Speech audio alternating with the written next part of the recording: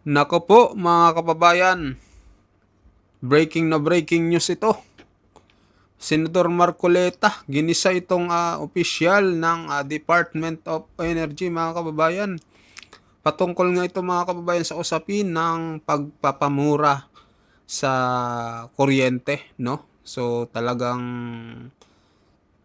kinisain nito ni Senador Marcoleta, no, itong mga opisyales.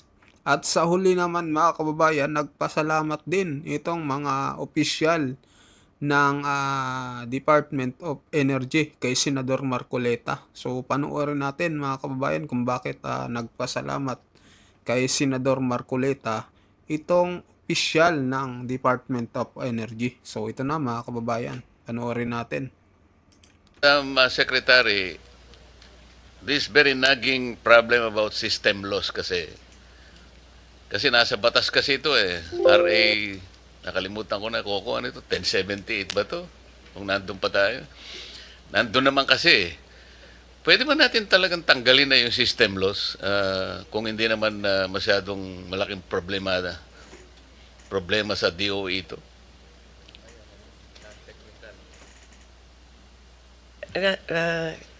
Before ERC, Mr. Chair, I'll just add to the problem of system loss, Mr. Chair. There's also tax on top of the system loss also. Yun na Mr. nga, Chair. only in the Philippines. Yes, sir. May system loss ka na, pagkatapos yung system loss meron pang tax. Hindi ko maintindihan talaga yun. How can you tax something that does not exist? Yes, Mr. Chair. And on the system loss, there has to be a balance. I think Chair Nino can explain better. Because the lower your system loss is, it might be also costly sa DU. So, I leave it to Chair Nino, sir. Yes, Mr. Chair. Insofar as system loss, dahil natural yung ibang component ng system loss, talagang hindi may iwasan. But it can be minimized. And to minimize it, kinakailangan din na mag-introduce ng capital expenditures ang distribution utilities or kaya pababain yung kanyang pilferages. So may katumbas yun, so kakailanganin lang na balansihin po. Yung balancing kasi ang problema, Chair, ano? Dahil sa katulad nga niyang pilferage, nangyayari naman talaga ito, lalo na sa Valenzuela, tsaka sa Caloocan. Hindi mo narinig, Mr. Chair, ano? Buti na lang hindi mo narinig. Itong mga pilferage sa electricity, sabi ko marami yan ako sa Valenzuela at saka sa Caloocan, ano. Hindi ko lang malaman alin yung mas ano. Tinatamaan si ano. Hindi to kontrolado ng distribution utility. Talagang maraming nagnanakaw ng kuryente. Kaya lang, para ipasa natin doon sa pangkalahatang consumers naman, wala namang kinalaman sa... Siguro, kung ipasa mo doon sa nagnakaw, okay lang yon. Pero yung wala namang kinalaman sa pagnanakaw, pero nakasama sa pagbabayad niya ng kuryente, yung ninakaw ng kapitbahay niya. This is something that is very, very inequitable. Kaya, sa pagbabalanse natin, sino ba yung pinoproteksyonan natin? Yung gumagawa ng kuryente o yung gumagamit ng kuryente? That's the balancing factor eh. Sabi kasi ng Supreme Court decision dito, any expense charged to a consumer by a distribution utility that did not relate to his benefit is inequitable and unjustified. So, pilferage, ninakaw ng kapitbahay niya, it did not inure to his benefit. Bakit niya babayaran? So, ito yung pinaka-problema eh. Now, let's talk about, mag-umpisa tayo para maunawaan nating lahat. Kayo po, ERC and NEA, interested kayo doon sa mga electric cooperatives doon sa Uniform Reportorial Requirements or URR.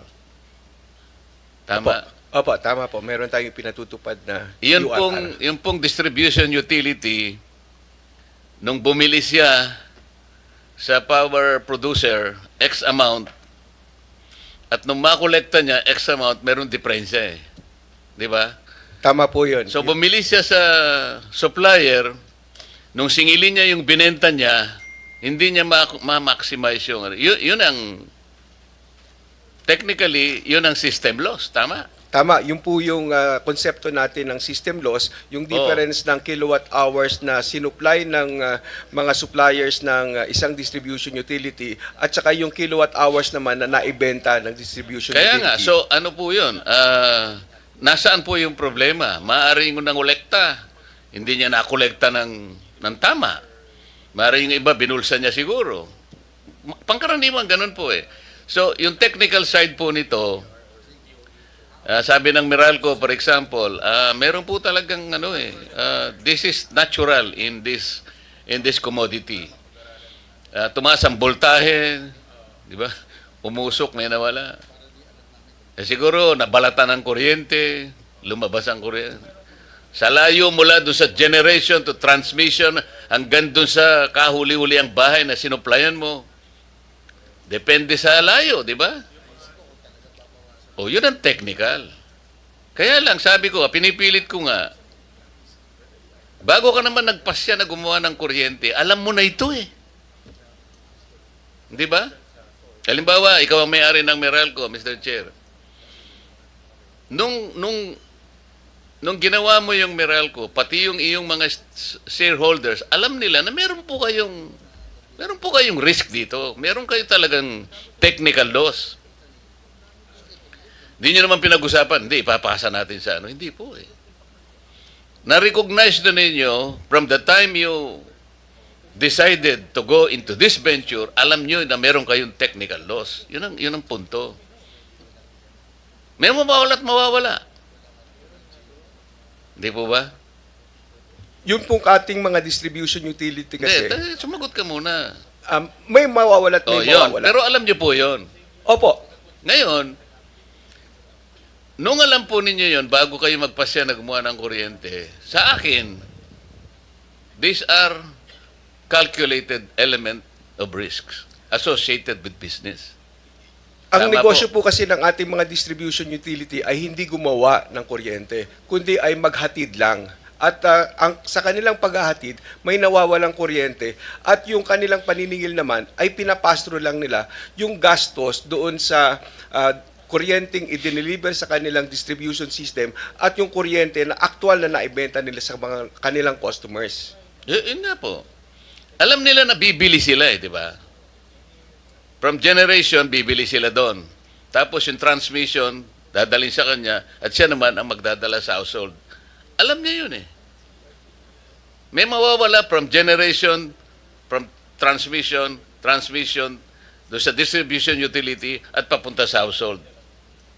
Sa lahat ng dinaanan po ng kuryente na yon, alam niya na may mawawala. Opo, kaya nga po't binabawi yun doon sa power cost niya. Dahil nga yung nawawalang yun ay may katumbas na halaga. At yun ay kasama doon sa kanyang gastos na maaaring mabawi as a pass-through cost sa kanyang mga customer subject to the cap. That was... So, punta tayo ngayon doon sa pagbabawi. Yung non-technical, nandun na yun. Yung nangungulekta, nagkamali ng pagkolekta. Yung hindi niya nabasa tama yung metro. Yung billing clerk, mali yung ganito. These are non-technical. Walang kasalanan po yung ano rito eh. Pati ba naman yun, ibabawi mo? Yung pong non-technical na pinag-uusapan natin dito ay yung karaniwan ay yung pilferages po. Kaya hindi na... So, paano po natin binabalanse yun? Kung hindi, halimbawa, nire-recognize nyo po, hindi maiiwasan, paano natin reasonably mababalanse para hindi mabigat sa tao? Yun po ay yung pag-aralan from time to time kung ano yung akmang cap na ipatutupad ng ating mga distribution So, utilities. mula po ng 2001, nung magawa yung EPIRA, hanggang ngayon, 24 years later, gaano na po yung pag-aaral? Gaano na po ang effort natin sa pagbabalanse ng problemang ito?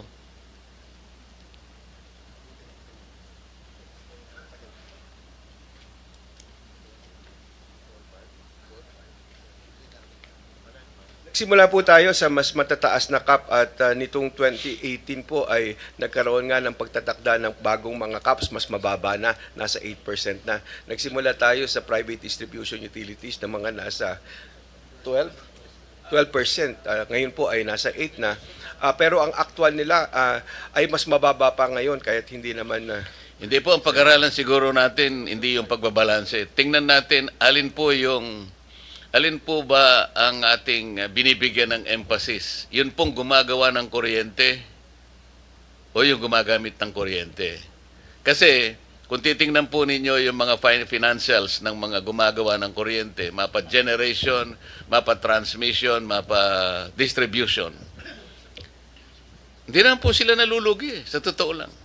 Siguro kayo, dahil kayo ERC, karaniwan na sa inyo, makita nyo yung financials nila eh.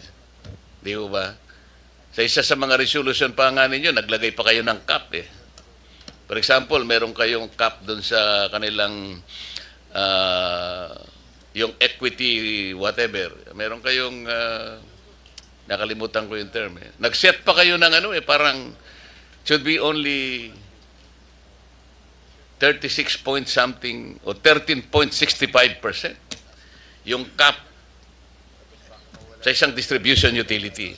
Meron po ako nakitang resolution ninyo eh. Pero pag tinignan nyo, hindi po 13.65%. Eh. Doon sa particular instance na yun, 22%. Sa mga kapatid, hindi po ninyo, hindi napapanagot eh. Kaya, saan po kayo na nakakita na distribution utility na nalugi? Hindi ba natin pwedeng pag-aralan? Halimbawa, Meralco. Nakita niyo na po ba yung return to equity ng Meralco kung gaano po yung percent? sa ngayon po, magsisimula na kami ng rate reset. Kaya't matitingnan ulit kung ano yung nararapat na ipasingil sa kanila as part ng kanilang rates na weighted average cost of capital. Di po, sinasabi ko, kung halimbawa tinanggal natin ang system loss, kunwari lang, pumayag na silang lahat at napag-aralan natin dapat nang tanggalan ng system loss kahit na private distribution, kahit na electric cooperatives, o kahit na pa yung off-grid areas, blah, blah, blah. Di ba natin masusuri kung ganong impact, kung malulugi ba sila o hindi, gaano ang ikalulugi nila? Palagi ko, hindi sila malulugi. Yun lang po yung gusto ko makita. Let's say 20 billion peso per year na income nila. Lugi ba yun? May halaga po kasi may gastos itong nakatumbas itong system loss associated sa generation at saka sa transmission. Naintindihan ko, sinasabi ko po, yung kinikita po ng distribution utilities, kung aalisin natin yung malaking bagay po ba, ma-improvise ba sila kung talagang alisin na natin? Yun ang gusto kong makita po. Ngayon po kasi pass-through purely pass-through ang kanilang pangungulekta ng generation at transmission. Wala silang kita doon. So kung ano lang yung kanilang actual na ginastos na inaalaw ng ERC, yun lang ang Hindi, kanilang yung pass-through po, yung silang nangungulekta sa generation and transmission. Kaya lang yung sa kanila, meron din silang cost na, ito po yung sinasabi natin. Ang ano po kasi, ang system loss, transmission lang at saka distribution utility, pinag-uusapan natin. Opo, pero ang sinisingil natin sa pamamagitan ng system loss charge ay yung halaga ng generation at transmission na katumbas ng nawawalang kilowatt hours po. Kaya't ito ay pinapass through din, subject to the cap. Kung ang Walang system loss sa distribution? Halimbawa, Meralco? Yun nga po yung nire-representa ng system loss na sinisingil ng ating mga distribution utilities. Ito ay yung para sa mga kilowatt hours na napapabilang doon sa system loss nila. At yung system loss na ito, ang component naman niya ay mayroong generation at mayroong transmission po. O ipalagay na natin gano'n ang pagkakaintindi po ninyo dyan. Generation, transmission, and distribution. Di ba sila pwedeng mag-usap-usap? Prorata natin yung loss na yan. Ikaw 20% ka, ikaw 25%, ikaw ganito. Para sa gano'n, mawala na lang sa tao. Para lang maipababa natin ang kuryente. Gano'n po sana yung philosophy na gusto kong mangyari. Pwede po kasi na itulak natin, i-push natin yung cost na yan sa mga generators, but eventually kung ang mga generators naman ang shoulder niyan, ipapasa din nila sa kanilang mga customers. So, pero mas akma na ito ay mapabilang doon sa part 10 ng retail right ng ating mga distribution utility kasi ito ay yung nangyayari ng cost within their franchise area at sa kanilang pagsusupply sa kanilang mga customer po. Kasi po, Mr. Chair, kapag ganun yung pinakapupuntahan ng ating pag-uusap, talagang mahihirapan talaga. Mahihirapan. Pag hindi natin binuksan yung isip natin na hanapan po natin ang lunas dahil hindi po masusunod yung sinasabi ng Korte Suprema. Kasi nanggaling na po sa Korte Suprema yung pananalita na ito. Any expense charged to a consumer by a private utility which did not inure to his benefit is unjustified and inequitable. Kailangan po nating panagutan yon. So naintindihan ko na mayroong cost sa iba, ngunit in the final analysis po, ang pinag-uusapan, yung expense na hindi naman napunta sa kanyang ganansya, hindi nyo dapat singilin siya, sabi ng Korte Suprema. Doon tayo dapat magsimula, Mr. Chair. Iwanan po natin yan. Puntahan natin yung... Mr. Chair, can I interrupt? Yes, ma'am. Sir Chair, I want to cite kasi system loss is due to something, no? I guess that's because may losses sa distribution utility, sa EC. So, kinakalculate yan, tapos binabalik. But another way, not just by capping it, but another way of addressing the problem is fixing the efficiency of the utility, yung EC, for example.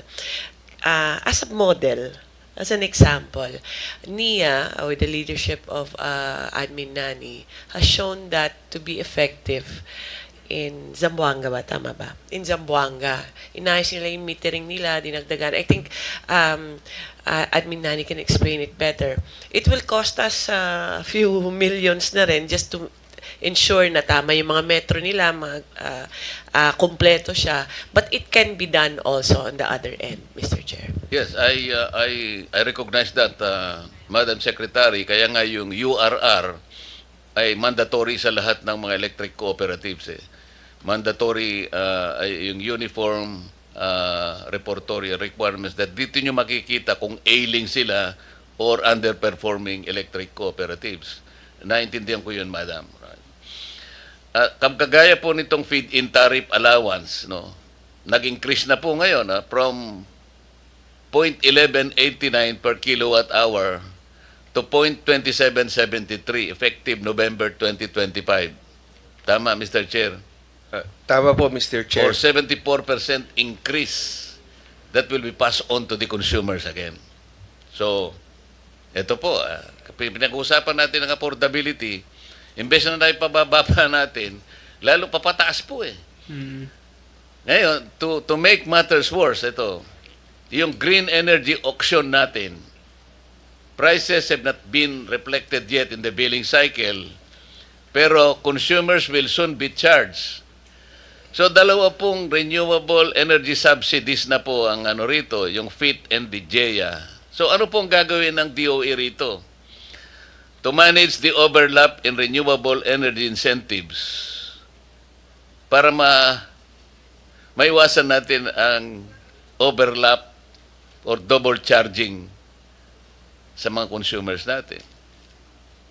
So, again, the question, is DOE focus limited to supply of generation without assessing the impact to the end users?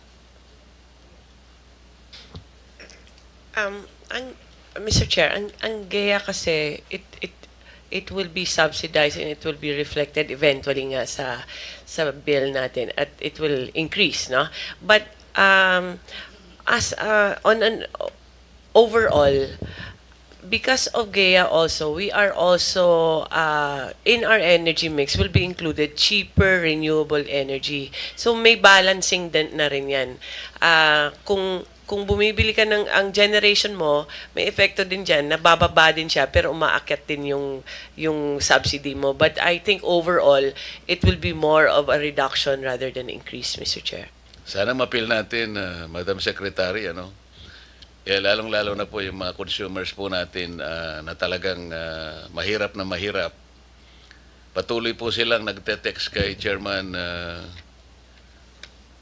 Sherwin. Sabi nila, pinakikita po kasi sa akin ni Mr. Chair yung mga text messages almost every day. Mr. Chair, sabi nila, baka naman we can bend the law to make the people happy. Hindi, pinakikita mo. Kasi talaga pong because of that, tad na po kami ng text messages eh. You want us to be happy, Mr. Chair, sabi nila. Papayagin nyo na yung ERC na you bend the law. Ha? Alisin na muna natin yung system laws na yan. Na hindi naman magiging pobre lahat yung mga stakeholders na gumagawa ng... Pero yan lang naman. Palagay mo, palagay lang natin, pag inalis natin yung system laws, there's a general loss of, let's say, 1.5 billion per year across the board. Andyan na yun sa generation, andyan na sa transmission and distribution. Palagay lang, no? 1.5 billion ang nawala sa kanila. Pag tinignan mo yung financials nila, 22 billion, 24 billion per annum. Yung ba naman 1.5 na? Ang laki bagay ba naman sa... Pero yung 1.5 billion na natipid po across the board doon sa mga consumers natin, nararamdaman po nila yun. Yun po yung principle. Pasensya na po kayo at ako'y talagang makulit sa ganito. Mr. Chair, because we're talking here of not just Meralco but also the electric cooperatives. Oo At naman. doon sa singil nila, wala nga din silang return na binibigay sa kanila. Kaya't kung sila din ang mag-absorb ng cost ng system loss na yan, ay baka mas mahirapan po ang kanilang operasyon.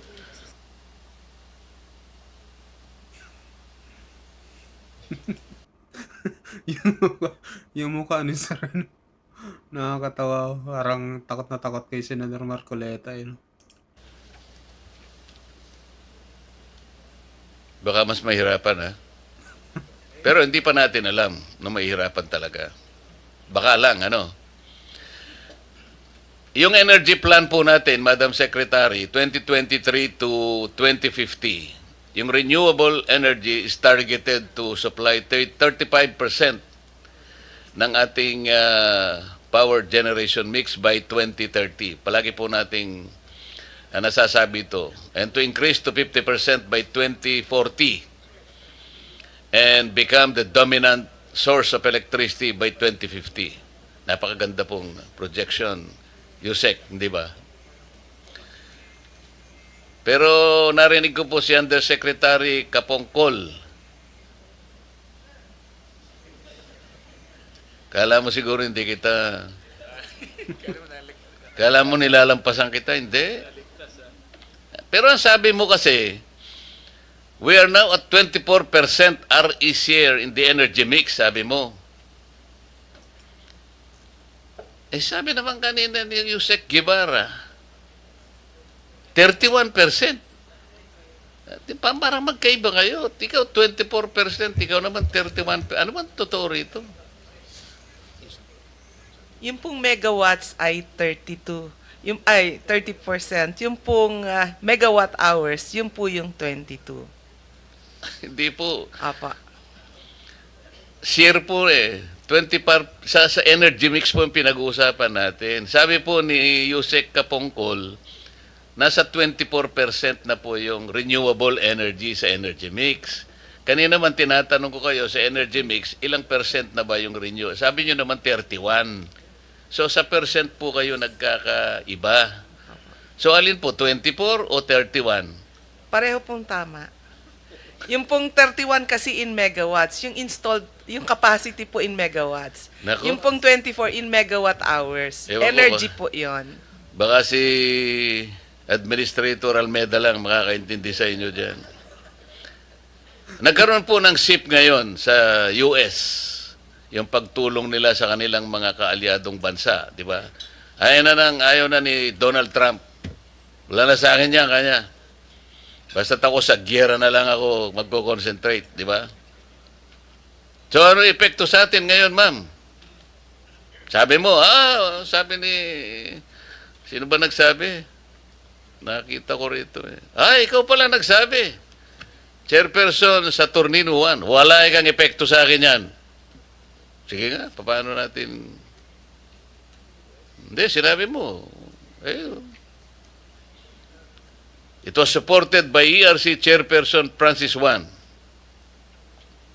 Kasi dito, the DOE said the SIP in U.S. renewable energy policy under President Donald Trump will have minimal effect to the Philippines. You supported it.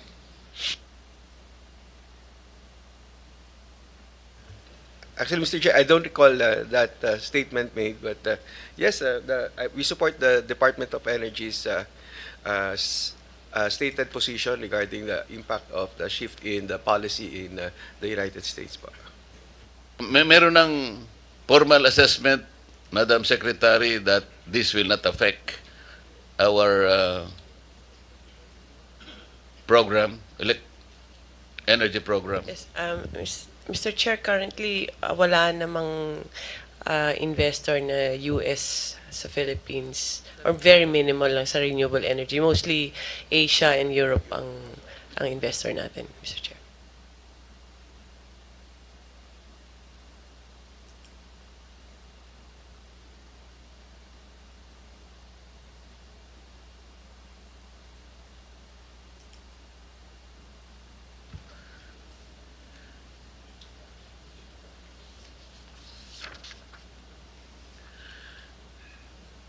Last June 13, 2025, yung ERC nagkaroon po ng public consultation. Ito yung sinabi mo kanina in your opening salvo. It's about the Nasicor ba yun? Nasicor. Nasicor po yung aming Nasicor ba yun? Versus ERC, di ba? This is in regard to the decision of the Supreme Court that you have to find a new valuation methodology in regard to the regulatory asset base. Ang laking bagay po kasi nito, sapagkat karaniwan dito nagmumula po yung kung saan nyo kinakalculate yung rate po ng electricity, di ba? Ako po ay nagpunta ron. Ako lang po mag-isa. Kaya lang, di ko kayo nakita ron kasi iba yung set ng panel, ano po. Hindi pa kayo ang nagsuggest po ako ng mga ilang bagay doon para makatulong naman.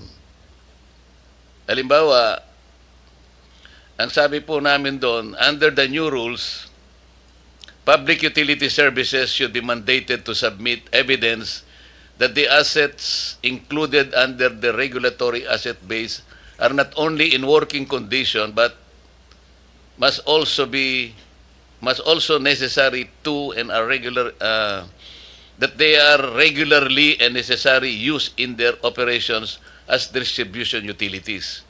You know?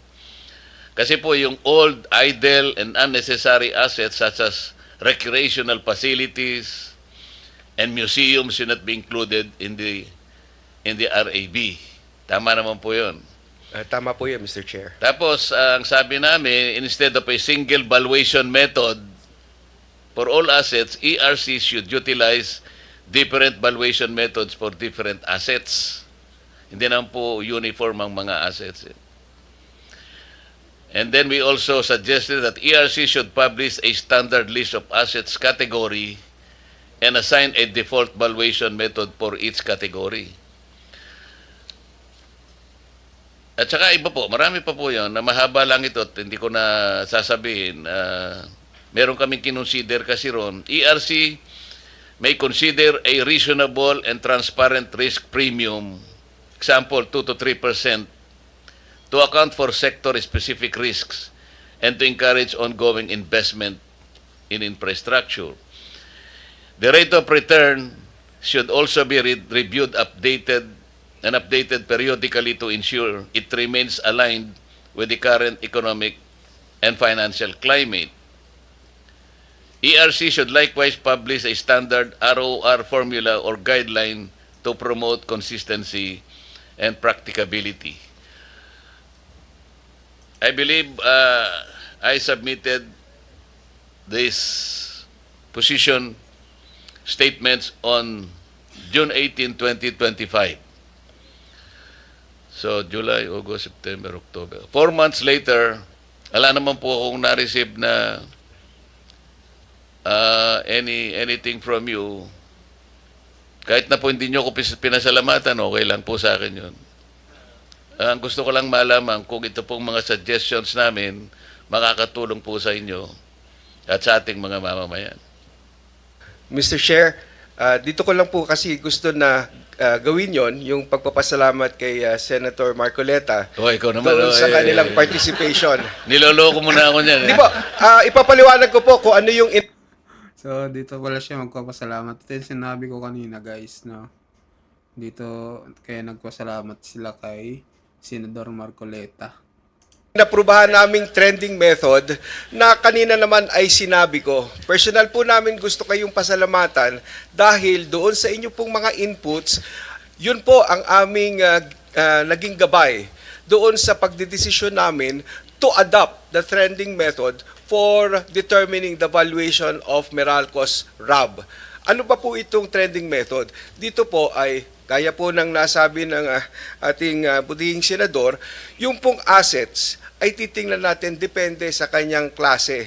So may iba't ibang gagamiting factor upang i-value yung particular asset na yan. So consistent po doon sa nasabi ni Senator Marcoleta. So ito na po ang gagamitin natin for Meralco to comply with its directive in the NASICOR versus Meralco case that we adopt a different valuation methodology kaya po't niremand sa amin. At ito na nga po, ito ay na-adapt lang kamakailan lang at pa-issue pa lang yung aming resolution at kasama doon yung aming magiging liham ng pasasalamat po kay Senator Marcoleta doon sa kanyang partisipasyon po sa aming public consultation on this matter.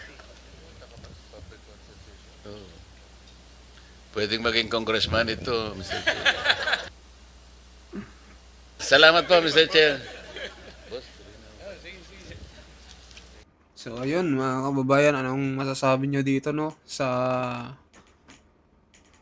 hearing ng patungkol sa Department of Energy sa